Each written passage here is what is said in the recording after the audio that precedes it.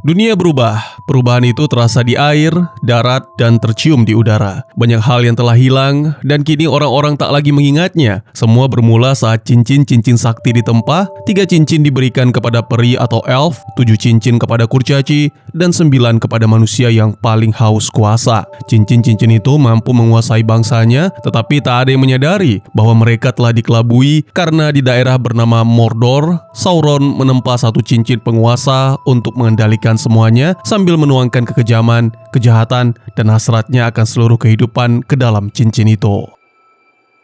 Satu persatu negara merdeka jatuh ke bawah kekuasaan cincin. Lalu persekutuan terakhir manusia dan peri bangkit melawan Mordor di lereng Gunung Doom demi mempertahankan kemerdekaan. Ketika harapan nyaris padam akibat kekuatan cincin tak tertandingi, seorang pangeran mengambil pedang sang ayah dan menaklukkan Sauron. Cincin itu jatuh ke tangan Isildur yang sebenarnya bisa memusnahkan kejahatan selamanya, tetapi hati manusia mudah dikotori. Karena cincin itu memiliki kehendaknya sendiri, ia justru mengkhianati Isildur hingga membawa pria itu menuju kematian.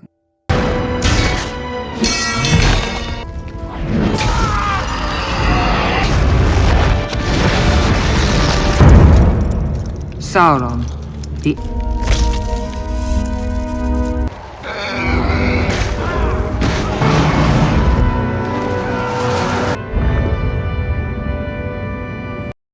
Setelah itu, sejarah berubah menjadi legenda, legenda menjadi mitos, dan selama 2500 tahun, cincin itu hilang tanpa jejak. Pada akhirnya, cincin itu menemukan sang pemegang baru, yaitu Gollum, yang membawanya ke gua gelap di pegunungan berkabut. Di sana, cincin itu memberi Gollum umur panjang secara tidak wajar, dan selama 500 tahun meracuni pikirannya sambil menunggu di dalam gua yang suram. Ketika kegelapan mulai menjalari dunia, dan rumor ketakutan menyebar di timur, cincin itu tahu waktunya telah tiba, lalu meninggalkan Gollum dan siapa sangka ditemukan oleh makhluk hobbit bernama Bilbo. Dan dimulailah suatu masa ketika para hobbit menentukan nasib seluruh kehidupan di dunia.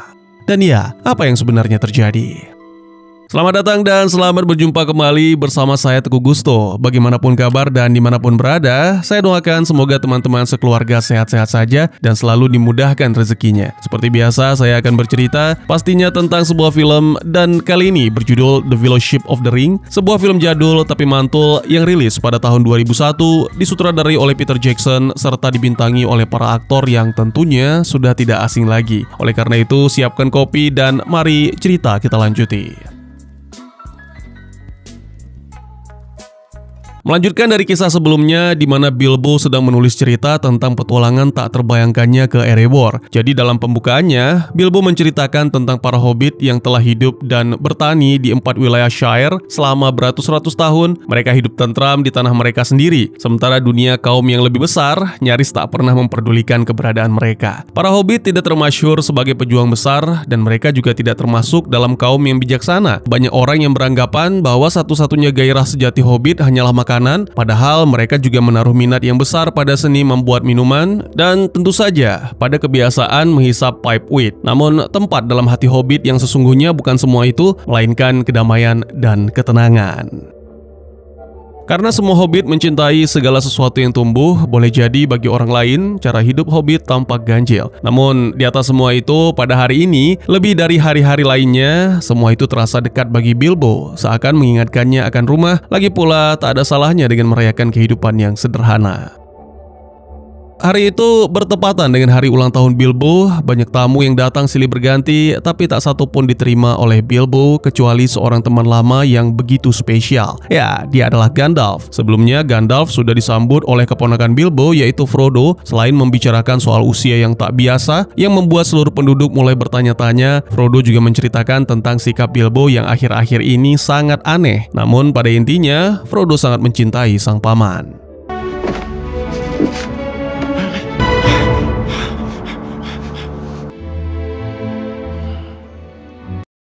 Malam harinya pesta diadakan tentunya dalam rangka ulang tahun Bilbo. Pesta tersebut begitu meriah dengan kembang api dari Gandalf. Lalu saat menyampaikan pidato, Bilbo mengaku bahwa itu adalah pidato terakhirnya. Banyak hal yang dia ungkapkan tentang Shire dan para warga sampai akhirnya mengucapkan selamat berpisah dan Beberapa waktu kemudian, Bilbo tampak sudah berada di rumah, bersiap untuk memulai petualangannya ke negeri Elf, dan tentu saja ia sudah menyampaikan hal ini secara pribadi kepada Frodo di tengah-tengah kekacauan pesta akibat kenakalan para hobbit muda. Sangat mengejutkan, di sana ternyata sudah ada Gandalf. Dia sangat mendukung perjalanan Bilbo, tapi tinggalkan cincinnya. Dan karena Bilbo terus mencari alasan, You want it for yourself! Bilbo Baggins to rob you. pada akhirnya Bilbo pun sadar dan meletakkan cincin tersebut lalu segera melangkah pergi.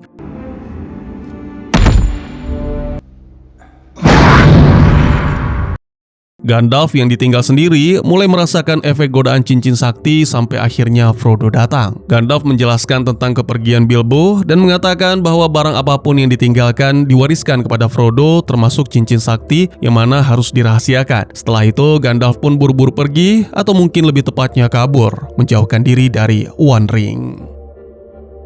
Adegan kemudian menampilkan Mordor. Gollum ditangkap lalu disiksa sampai akhirnya memberikan petunjuk tentang Baggins dan Shire sehingga para Nazgul segera bergerak untuk memburu pemilik cincin yang baru. Di Minas Tirith, Gandalf menelusuri naskah-naskah kuno tentang cincin dan Sauron. Setelah mendapatkan petunjuk dan mengetahui bahwa Frodo dalam bahaya, Gandalf pun segera bergegas. Pada suatu malam, ketika baru saja kembali dari minum-minum bersama teman-teman, Frodo sangat terkejut melihat kondisi rumah yang berantakan. Lalu Is it secret? kebiasaan penyihir kesayangan kita, tanpa basa-basi hai halo assalamualaikum, dia menanyakan tentang cincin yang untungnya masih aman. Gandalf kemudian melempar cincin tersebut ke bara api lalu meminta Frodo untuk meneliti tulisan yang muncul. There were markings. Setelah yakin, Gandalf pun menjelaskan kepada Frodo bahwa cincin itulah yang dahulu dipakai Sauron, kemudian berpindah ke Gollum, lalu ke Bilbo, dan itulah yang memperlambat penuaannya selama ini. Kini cincin itu hendak kembali ke tuannya, Sauron, dan Sauron pun kini sedang menelusuri jejaknya. Oleh karena itu, Frodo harus segera meninggalkan Shire, tidak lagi menggunakan nama Baggins, lalu pergi ke Bree, tepatnya Praisimponi, dan di sanalah mereka akan bertemu lagi. Pada saat yang sama, terungkap bahwa salah satu sahabat Frodo bernama Sam diam-diam mendengar percakapan dari luar jendela. Karena sudah mengetahui rahasia tersebut, maka Gandalf memintanya untuk menemani Frodo. Confound it all! What did you hear? Speak! Sebelum berpisah, Gandalf memperingatkan dengan tegas agar jangan sampai mengenakan cincin itu karena musuh akan segera mengetahui keberadaannya. Beberapa waktu kemudian, Frodo dan Sam pun meninggalkan Hobbiton, melintasi Shire dengan menjauhi jalan utama. Ada momen di mana Sam mengatakan bahwa ini adalah batas terjauhnya, dan ketika melewati batas yang kebetulan di kebun petani bernama Megat, tiba-tiba saja It'll be the farthest away from home I've ever been. dua hobbit bandel ini adalah Merry dan Pippin yang juga sahabat Frodo. Diketahui bahwa mereka sedang mencuri sayuran dan sayangnya ketahuan.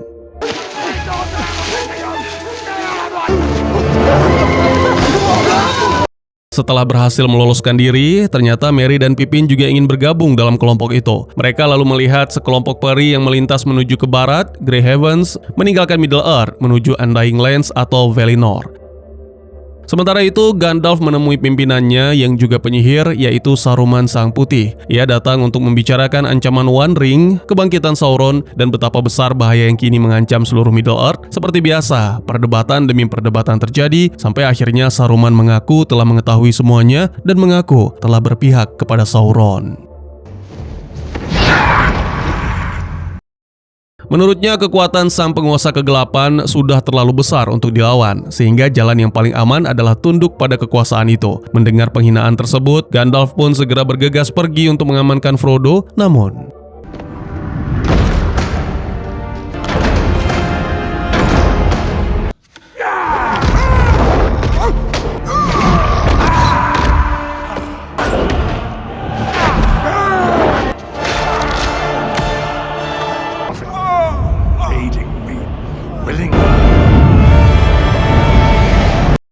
kembali ke kelompok Frodo yang terus melanjutkan perjalanan meninggalkan Shire. Mereka sampai di sebuah jalan besar dan Frodo langsung teringat akan pesan Gandalf untuk menjauhi jalan utama. Jadi mereka pun buru-buru bersembunyi karena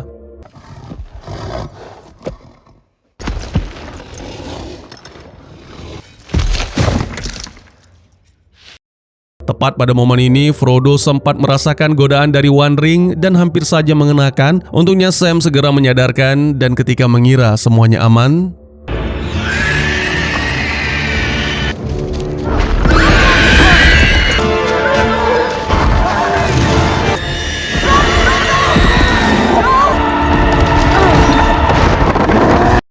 sungai dan perahu kecil menjadi penyelamat untuk menyeberang sehingga lolos dari kejaran Nazgul. Sebuah momen yang sangat-sangat menegangkan. Setelah berhasil menyeberang, mereka akhirnya ke kota Bree, sebuah tempat yang jauh lebih ramai, tempat yang pada masa sebelumnya menjadi lokasi pertemuan Gandalf dan Thorin. Setelah melewati penjaga, kelompok Frodo melanjutkan ke Praising Pony untuk bertemu Gandalf. Frodo menggunakan nama Underhill untuk bertanya tentang Gandalf. Sayangnya sang penyihir abu-abu tidak muncul sama sekali dan Frodo pun semakin cemas. Pippin yang konyol minum sampai mabuk lalu membocorkan identitas Frodo di depan banyak orang. Panik, Frodo pun berusaha menghentikan, namun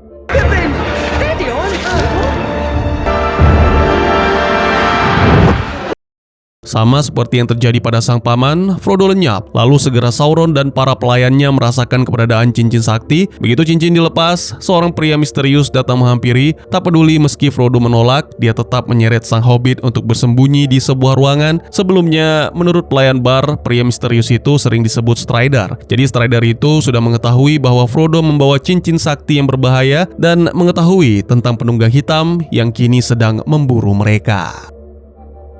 Tak lama kemudian, tiba-tiba Sam, Merry, dan Pippin juga menerobos masuk ke ruangan dan segera mengancam Strider. Namun setelah menjelaskan dan semuanya tenang, malam itu pun mereka tidur dan benar saja apa yang diperkirakan Strider terjadi.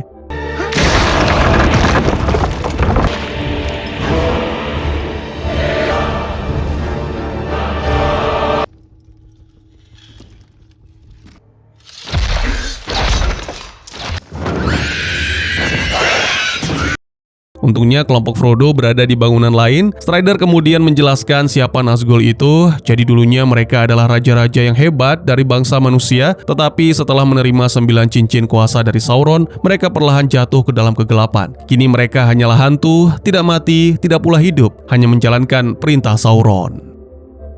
Dengan bergabungnya Strider, anggota kelompok Frodo bertambah menjadi 5 orang. Bree sudah tidak aman, jadi Strider menuntun mereka ke Rivendell. Hari demi hari telah berlalu, perjalanan semakin berat, mereka melewati hutan dan rawa, serta perbukitan. Mereka harus melewati jalur-jalur aman, karena Nazgul pastinya masih memburu. Malam harinya, Strider membagikan senjata agar mereka bisa melindungi diri ketika musuh datang, sementara Strider akan memeriksa sekitar.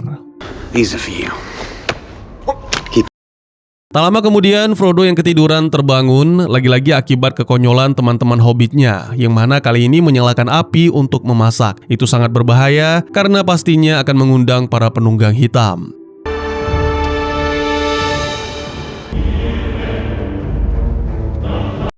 Semua berusaha melawan, tapi tentu saja Hobbit bukan tandingan para Nazgul. Di tengah rasa takut dan tekanan yang amat besar, Frodo kembali mengenakan cincin sakti, berharap bisa menghindari ancaman, tetapi justru Nazgul bisa melihat Frodo dengan jelas.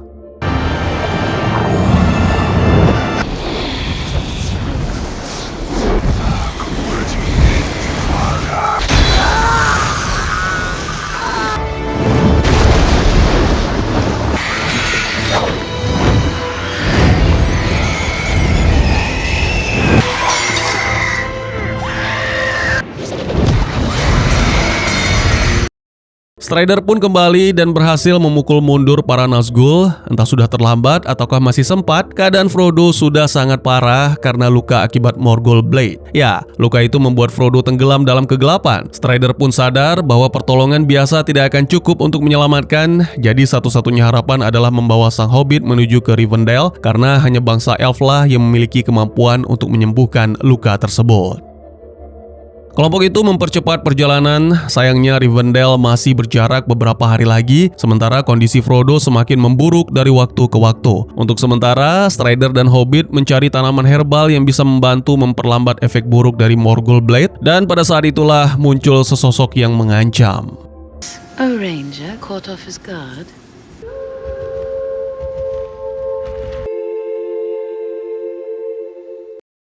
Ternyata yang datang adalah seorang wanita elf yang sangat cantik dan dalam pandangan Frodo, wanita itu sangat bercahaya. Namanya adalah Arwen. Begitu melihat kondisi Frodo, Arwen langsung memahami betapa gawat situasinya. Tanpa membuang waktu, wanita itu memutuskan membawa Frodo lebih dulu dengan kudanya menuju Rivendell. Tentunya para Nazgul masih mengejar sehingga perjalanan Arwen tidak mudah, tapi kecepatan kudanya membuat Arwen lebih unggul, sampai akhirnya ia berhasil mencapai sungai yang merupakan perbatasan dan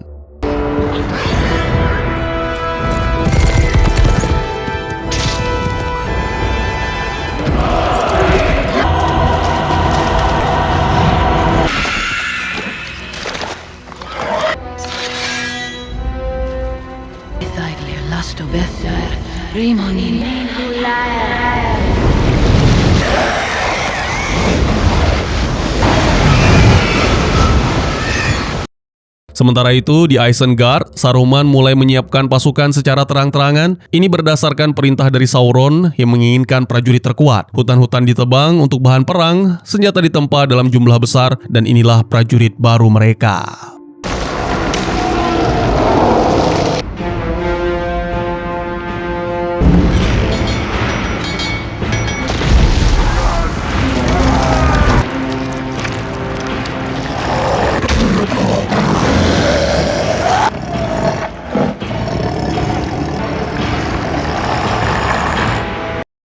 Gandalf sendiri masih menjadi tawanan di puncak Menara Orthanc tanpa tongkat dan tidak mungkin melompat. Namun saat harapan nyaris sirna, seekor ngengat menghampiri dan ya, segera Gandalf membisikkan sesuatu kepada makhluk kecil itu. Beberapa waktu kemudian, ketika disiksa lagi oleh Saruman, barulah Gandalf menjatuhkan diri.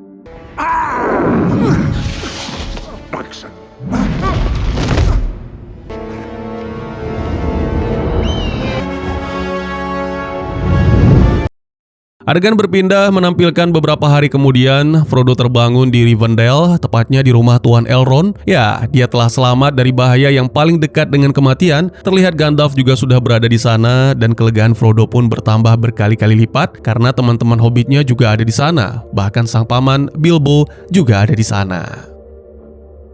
Untuk sesaat, semua terasa tenang, seolah penderitaan panjang yang mereka lalui sejak meninggalkan Shire berakhir, karena Frodo dan teman-teman berhasil membawa cincin sakti sejauh mungkin dari kejaran para Nazgul. Sangat disayangkan, ternyata itu hanyalah sementara, karena semua elf yang ada di Rivendell tahu bahwa selama cincin itu masih ada, ancaman Sauron juga akan tetap hidup. Ya, Gandalf dan Elrond lalu membahas kondisi Frodo yang sangat serius, dan menyadari bahwa hobbit muda itu memikul beban yang luar biasa berat, bukan hanya sebagai pembawa cincin, tapi luka sihir dari pedang Morgul akan menguras jiwanya. Menurut Gandalf, masih ada harapan karena yakin Frodo memiliki hati yang kuat. Meskipun begitu, cincin tetap terus bekerja dengan perlahan, merusak pikiran siapapun yang terlalu lama membawanya. Jadi kini apa yang harus dilakukan dengan One Ring? Elrond tak mungkin menyimpannya di Rivendell karena pastinya orc akan mengepung dan menghancurkan tempat itu dan perang besar akan terjadi di sana. Apalagi kini Middle Earth sudah tidak sekuat dulu, ditambah lagi Saruman telah berkhianat menciptakan prajurit baru campuran antara orc, elf, dan manusia. Kaum manusia juga tak bisa diharapkan. Mereka masih ada tapi menjadi lemah karena terus tercerai-berai. Lebih dari itu, Elrond sendiri pernah mengalami pengalaman pahit yang membuatnya sulit percaya pada manusia. Jadi ceritanya di kala itu, di zaman dahulu, Isildur sebenarnya memiliki kesempatan untuk menghancurkan cincin di Gunung Doom, tapi pada akhirnya menolak karena terpengaruh akan kekuatan. Isildur!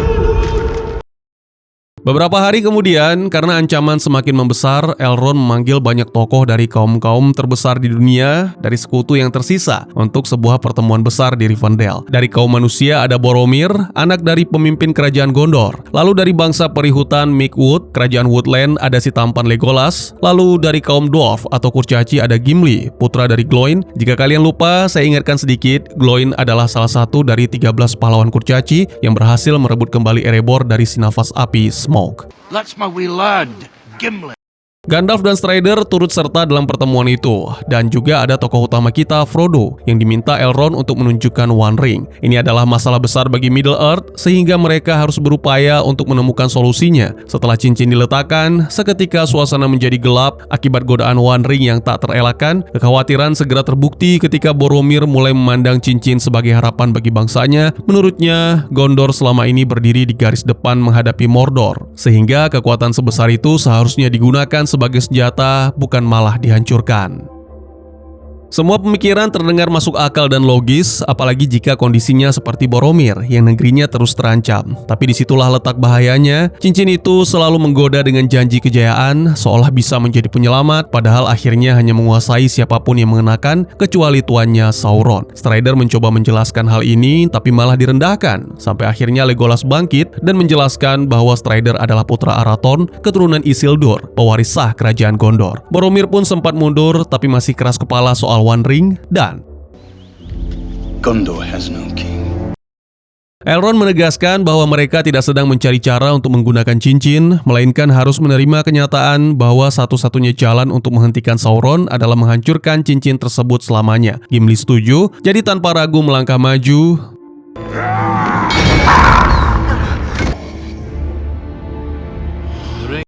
Ya, yang hancur malah senjatanya, sementara cincin masih utuh tanpa cacat. Ini semacam pesan buat semua, biasakan mendengarkan penjelasan sampai habis sebelum mengambil tindakan. Elrond melanjutkan bahwa cincin itu hanya dapat dihancurkan di tempat asalnya ditempa, yaitu di jantung Gunung Doom, di dalam Mordor. Hanya panas api tempat cincin itu lahir yang mampu melenyapkannya.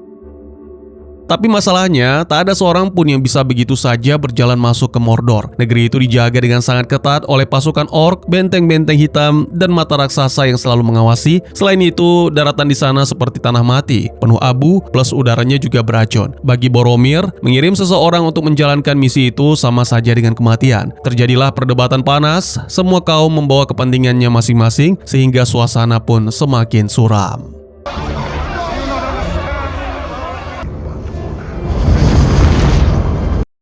Di tengah perdebatan itu, kaum yang paling kecil yang tak diperhitungkan justru dengan berani mengajukan diri. Ya, Frodo menyatakan bertanggung jawab atas cincin itu, lagi pula secara kepemilikan, One Ring diwariskan kepadanya oleh sang paman. Ucapan Frodo membuat semua orang terdiam, terkejut dengan pernyataan berani itu. Tak lama, Gandalf menyatakan akan menjadi pemandu, Aragorn menyatakan akan menjadi pengawal, lalu diikuti dengan Legolas, Gimli, Boromir, dan akhirnya 3 hobbit lain, Sam, Pippin, dan Merry ikut bergabung. Elrond pun meresmikan persekutuan baru ini dengan sebutan The Fellowship of the Ring. Where are we going?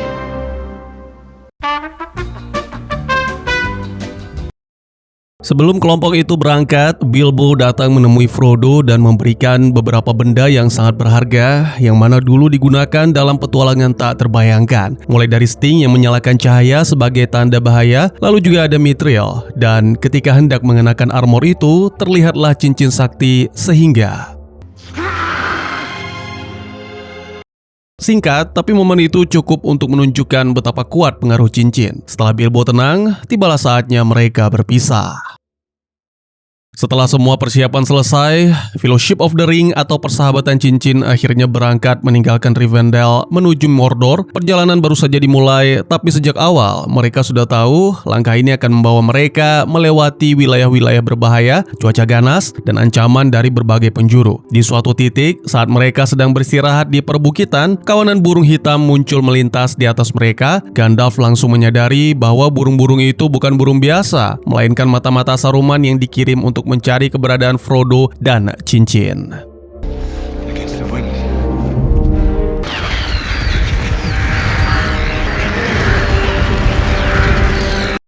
Gandalf memilih memandu mereka melintasi celah gunung Caradhras, jalur tinggi yang berbahaya tapi dianggap lebih aman daripada rute yang lebih mudah ditebak musuh. Namun, Saruman ternyata mengetahui arah perjalanan para sahabat cincin. Dari Isengard, ia menggunakan sihir untuk mengubah cuaca sehingga mengganggu kelompok Frodo saat mencapai gunung.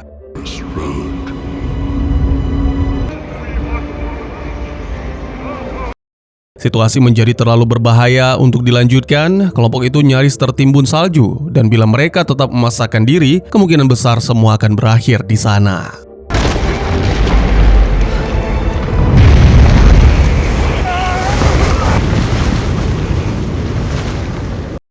Di saat itulah, Gimli kembali mengusulkan jalan yang sebelumnya enggan dipilih Gandalf, yaitu melewati Tambang Moria, bekas kerajaan kaum kurcaci yang berada di bawah gunung. Jalur itu memang lebih cepat dan jauh dari badai, tapi Gandalf tahu bahwa Moria bukanlah jalur yang aman. Jauh di dalamnya bersemayam bahaya kuno yang tidak ingin dihadapi kecuali terpaksa. Meski begitu, karena tak ada pilihan dan Bilbo telah memutuskan, maka Morialah tujuan mereka selanjutnya. Beberapa waktu kemudian, ketika kelompok sampai di gerbang Moria, mereka mendapati pintu masuk tersembunyi dan tertutup sihir. Gandalf membaca petunjuk di pintu dan mencoba berbagai macam mantra, tapi gerbang itu tetap tidak terbuka. Padahal caranya sangat sederhana. Frodo yang menemukan kuncinya, yaitu cukup mengucapkan kata teman dalam bahasa Elf.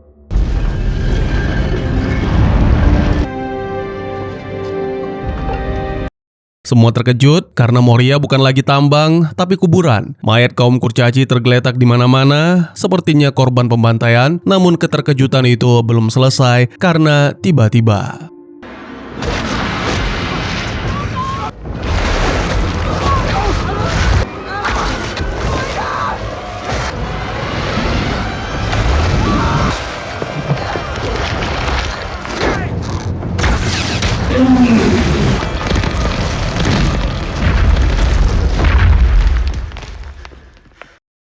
mau tidak mau, kelompok Frodo harus melanjutkan perjalanan menembus lorong-lorong tambang Moria hanya dengan cahaya seadanya. Selain itu, mereka juga tahu bahwa di tempat itu ada makhluk-makhluk berbahaya yang membantai bangsa kurcaci, dan terlihatlah hasil tambang yang membuat Moria terkenal, bukan emas tapi mithril. Perjalanan yang curam, gelap, dan membingungkan masih terus berlanjut sampai-sampai Gandalf sendiri sempat lupa arah. Di tengah itu, Frodo beberapa kali merasa ada sesuatu yang mengikuti. Gandalf menjelaskan bahwa itu adalah Gollum, pemilik cincin sebelum Bilbo, dan sudah beberapa hari ini membuntuti mereka.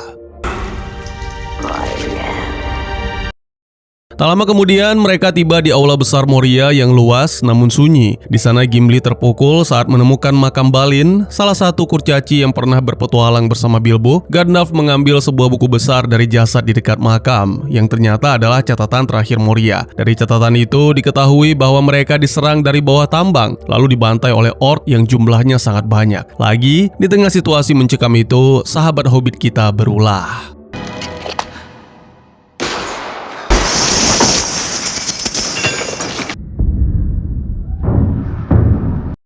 Tak lama kemudian, genderang perang mulai terdengar serta diikuti teriakan yang tak asing dan bikin bergetar. Ya, pasukan musuh segera menyerbu dan juga membawa troll gua.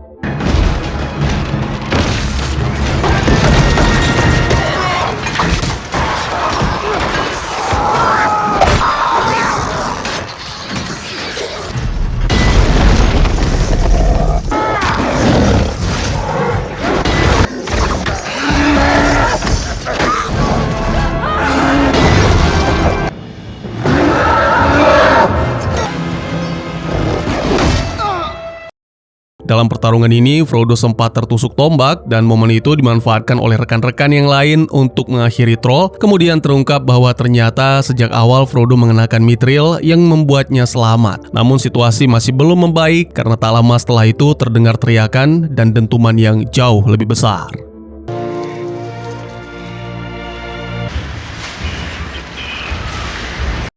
Tiba-tiba para orc justru mundur ketakutan seperti ada sesuatu yang lebih berbahaya datang. Gandalf mengatakan bahwa itu adalah Balrog, kejahatan kuno yang sejak awal paling dihindari. Tak mungkin mereka semuanya menghadapinya, jadi melarikan diri adalah pilihan utama.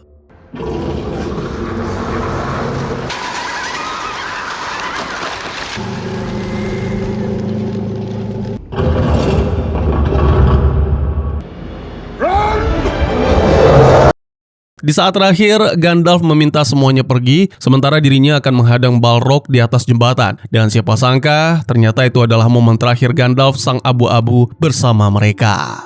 Over the bridge! Fly!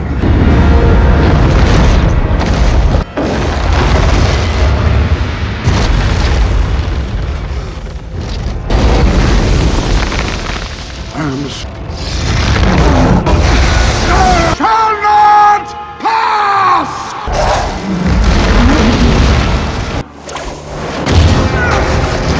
Fools! Tentunya semua terpukul atas kejatuhan Gandalf. Meskipun berhasil melarikan diri dari Moria, mereka nyaris tidak punya waktu untuk berduka karena bahaya masih mengintai dan bisa datang kapan saja. Jadi ya, Aragorn mengambil alih komando dan meminta semuanya terus bergerak menuju ke Lothlórien, negeri kaum peri hutan. You're coming to us. Beberapa waktu kemudian, setibanya di Lothlórien, mereka bertemu dengan Haldir, penjaga perbatasan negeri para peri. Karena kelompok Frodo membawa One Ring, kehadiran mereka pastinya dianggap berbahaya. Awalnya Haldir tidak mengizinkan masuk, tapi setelah Aragorn berbicara, mereka akhirnya dibawa menuju Caras Galadon untuk menghadap Tuan Celeborn dan Lady Galadriel. Di sana, mereka diingatkan agar tidak tenggelam dalam duka atas kepergian Gandalf karena perjalanan menuju Mordor masih harus dilanjutkan.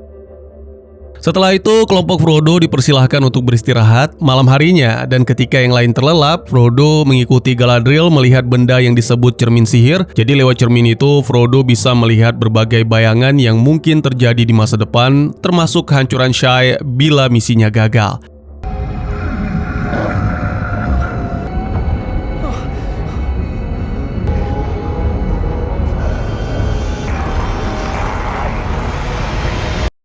Ketakutan membuat Frodo semakin sadar bahwa beban yang ia bawa jauh lebih besar daripada yang selama ini dibayangkan. Di tengah kecemasan itu, Frodo sempat menawarkan cincin kepada Galadriel karena berpikir wanita itu layak, namun I will give you the One Ring.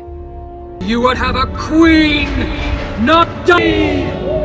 Stronger than the understand. setelah tenang dan lega karena bisa melawan godaan cincin, wanita itu menunjukkan bahwa dia adalah salah satu pemegang cincin kuasa, yaitu Nenya. Galadriel lalu menyemangati Frodo dan mengatakan bahwa meskipun hanya hobbit, sejauh ini Frodo telah menunjukkan kekuatan hati yang luar biasa karena mampu menahan pengaruh One Ring.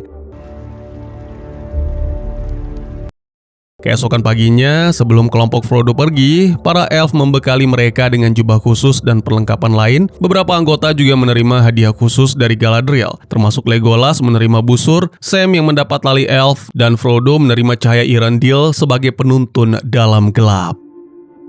Sementara itu, ancaman di belakang mereka terus tumbuh. Di Isengard, semakin banyak prajurit baru yang diciptakan, yang disebut Uruk-hai. Saruman lalu memerintahkan pasukan itu untuk memburu kelompok Frodo, menghabisi semuanya kecuali Hobbit yang membawa One Ring.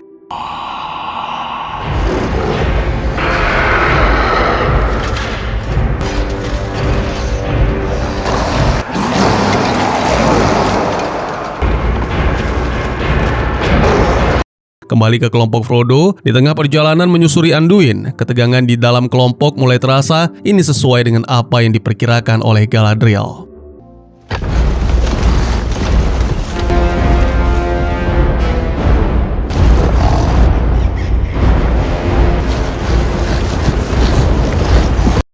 Boromir mengusulkan agar mereka menuju Minas Tirith, ibu kota Gondor, supaya cincin itu bisa dibawa ke negeri manusia dan digunakan melawan Mordor. Lagi, Aragorn menolak gagasan itu karena tahu kekuatan Gondor tidak akan mampu mengendalikan cincin tersebut. Perbedaan pandangan itu membuat hubungan mereka semakin tegang dan Boromir mulai menganggap Aragorn kehilangan keyakinan pada kaumnya sendiri. Sementara itu, Frodo sendiri masih gelisah karena merasa beban cincin itu, sehingga memisahkan diri dari yang lain.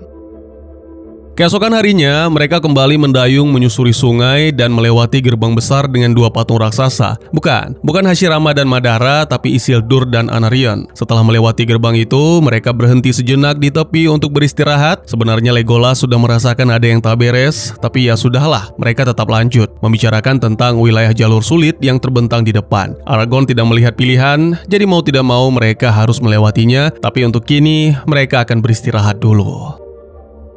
Sementara itu, Frodo semakin gelisah memikirkan masa depannya dan khawatir ada anggota kelompok yang berkhianat karena tergoda One Ring. Kekhawatiran itu ternyata bukan karena Parno, karena Boromir lagi-lagi mendekat untuk melancarkan niatnya merebut One Ring, bahkan kali ini menggunakan kekerasan, sehingga It's not your shame, my Frodo, I'm sorry!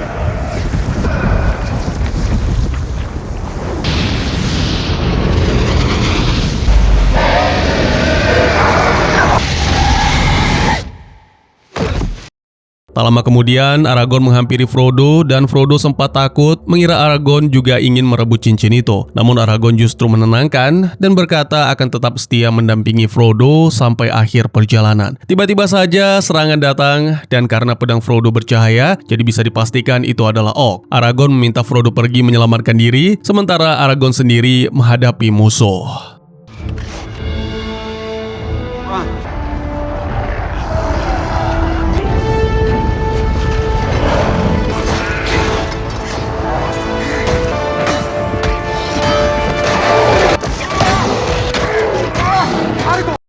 Cepat atau lambat, cincin itu akan merusak hubungan antar anggota dan membahayakan semua orang. Frodo akhirnya memutuskan untuk melanjutkan perjalanan sendirian. Sementara itu, Merry dan Pippin berusaha mengalihkan perhatian agar Frodo bisa lolos. Lalu Boromir pun datang menolong dan segera meniup trompet tanduk untuk meminta bantuan.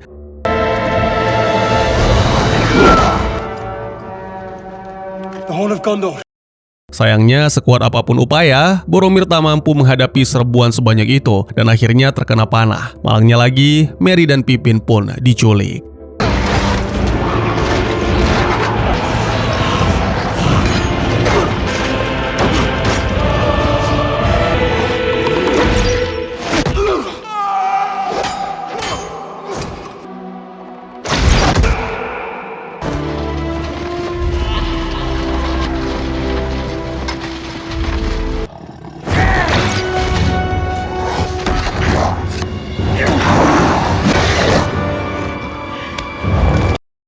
Di sisa-sisa nafasnya, Boromir mengaku bahwa Gondor membutuhkan Aragorn karena sebentar lagi harus menghadapi perang besar. Aragorn pun berjanji tidak akan membiarkan Gondor jatuh, lalu berterima kasih atas kesetiaan Boromir sampai akhir.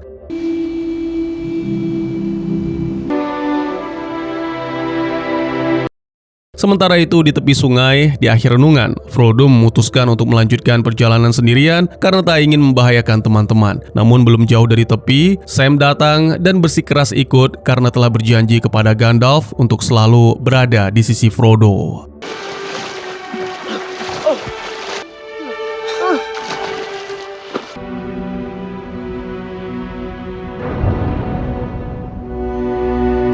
Sementara itu, jasad Boromir dihanyutkan sebagai bentuk penghormatan terakhir. Setelah mengetahui Frodo pergi, Aragorn memutuskan untuk tidak menyusul, bukan karena tak peduli, tapi karena yakin dengan tekad Frodo. Jadi, Aragorn mengajak Legolas dan Gimli untuk memburu orc untuk menyelamatkan Merry dan Pippin. Akankah mereka bertemu lagi? Dan apakah kekuatan cincin sakti dapat dihancurkan? Dan tamat. Sedikit pembahasan yang mungkin akan menjelaskan apa yang tidak dijelaskan dalam film ini. Semoga bermanfaat, tapi sebelum itu, mari seruput dulu sobat. Setelah Battle of the Five Armies, tahta kemudian jatuh pada Dane II Ironfoot yang menjadi King Under the Mountain. Sejak itu, Erebor kembali makmur, hubungan dagang dengan manusia di Dale pulih, dan kerajaan Kurcaci kembali berjaya seperti dulu, meski tidak pernah sepenuhnya kembali ke masa keemasan sebelum Smaug datang.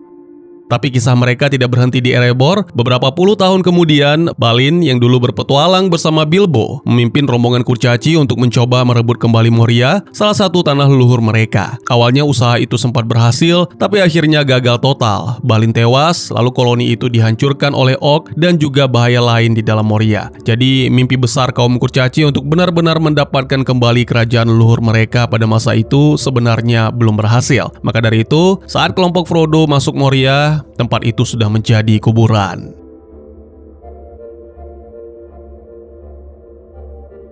Mereka sebenarnya adalah makhluk kuno yang sangat tinggi derajatnya dan termasuk salah satu pelayan paling berbahaya milik Morgoth. Jadi, Balrog itu berasal dari golongan Maiar, yaitu roh-roh agung yang diciptakan sebelum dunia terbentuk. Golongan ini setara jenisnya dengan Gandalf, Saruman, Sauron, dan roh besar lainnya, hanya saja nasib mereka berbeda. Saat awal penciptaan, sebagian Maiar tetap setia kepada kebaikan, tetapi sebagian lain tergoda dan mengikuti Melkor, yang kemudian dikenal sebagai Morgoth, Dark Lord pertama. Nah, para Maiar yang tersesat inilah kemudian berubah menjadi Balrog. Di masa First Age atau zaman pertama, Balrog adalah salah satu senjata paling menakutkan milik Morgoth. Mereka bertempur dalam perang-perang besar di Balerion dan sering muncul sebagai komandan penghancur. Salah satu yang paling terkenal adalah Gothmog, pemimpin para Balrog yang menjadi panglima besar Angband. Pada masa itu, Balrog jauh lebih banyak, tetapi setelah kekalahan Morgoth di akhir First Age, sebagian besar Balrog musnah, sedangkan yang selamat bersembunyi jauh di tempat-tempat gelap di bawah bumi. Nah, Balrog yang muncul di film ini adalah Durin's Bane. Meski nama aslinya tidak disebutkan di dalam film, ia bersembunyi sangat lama di kedalaman pegunungan berkabut, tepatnya di bawah Khazad-dûm atau juga dikenal sebagai Moria. Ribuan tahun kemudian, para kurcaci menambang terlalu dalam dan terlalu rakus mencari Mithril, lalu tanpa sengaja membangunkan makhluk ini. Karena itulah Balrog tersebut dinamakan Durin's Bane, yang artinya kutukan Durin, hingga akhirnya Moria runtuh dan ditinggalkan. Dari tadi Margat Morgoth itu sebenarnya siapa sih bang? Kok nggak ada di film? Nama aslinya adalah Melkor, ia adalah salah satu Ainur, yakni roh-roh agung pertama yang diciptakan oleh Eru Ilúvatar, pencipta semesta dalam universe Tolkien. Nah, di antara semua Ainur, Melkor adalah yang paling kuat. Karena itulah, pada awalnya ia bukan makhluk jahat, melainkan sosok agung yang memiliki kekuatan yang sangat besar. Sejak awal, Melkor sudah punya sifat ingin berdiri sendiri, ingin mencipta dengan caranya sendiri, dan tidak mau tunduk pada kehendak Ilúvatar. Saat para Ainur menyanyikan Music of the Ainur, yaitu semacam rancangan kosmik bagi dunia, Melkor mulai memasukkan nada-nada sumbang untuk merusak harmoni. Dari sinilah asal mula pemberontakannya. Lalu soal namanya berubah, itu sebutan dari para elf. Morgoth itu artinya musuh kegelapan dunia. Nah, terus siapa yang kalahin Morgoth ini bang? Jadi setelah perang panjang selama First Age, para Valar, golongan Ainur atau roh agung yang paling besar, akhirnya turun tangan dalam War of Wrath. Perang ini sangat dahsyat, sampai menghancurkan sebagian wilayah Balerion, wilayah barat Middle Earth pada masa First Age. Jadi pada akhirnya, Morgoth dikalahkan, ditangkap, lalu dibuang keluar dunia, ke dalam kehampaan abadi yang disebut The Void. Masih sangat-sangat banyak sebenarnya yang ingin saya jelaskan, tapi seperti biasa, saya khawatir waktunya kepanjangan. Dan oleh karena itu, saya lanjutkan di lain kesempatan jika memang teman-teman punya ketertarikan. Terima kasih buat yang sudah menyaksikan, silakan memberikan komentar, bertanya, atau merequest kira-kira film apa yang menarik untuk dibahas. Bisa lewat kolom komentar, atau buat yang malu-malu, bisa via DM ke Instagram saya di @gusto. Insya Allah pasti akan dibaca. Mari kita jadikan kolom komentar sebagai sarana penambah wawasan dan menciptakan jalinan persaudaraan, bukan malah menjadikannya sebagai tempat pembulian sehingga menciptakan permusuhan. Jangan lupa untuk dukung terus channel ini dengan cara share, like, dan subscribe, karena dukungan dari kalian sangat berharga bagi saya demi perkembangan channel ini. Saya Gusto, sampai jumpa di video selanjutnya. Tetap semangat, tetap bersyukur setiap hari. Dadah!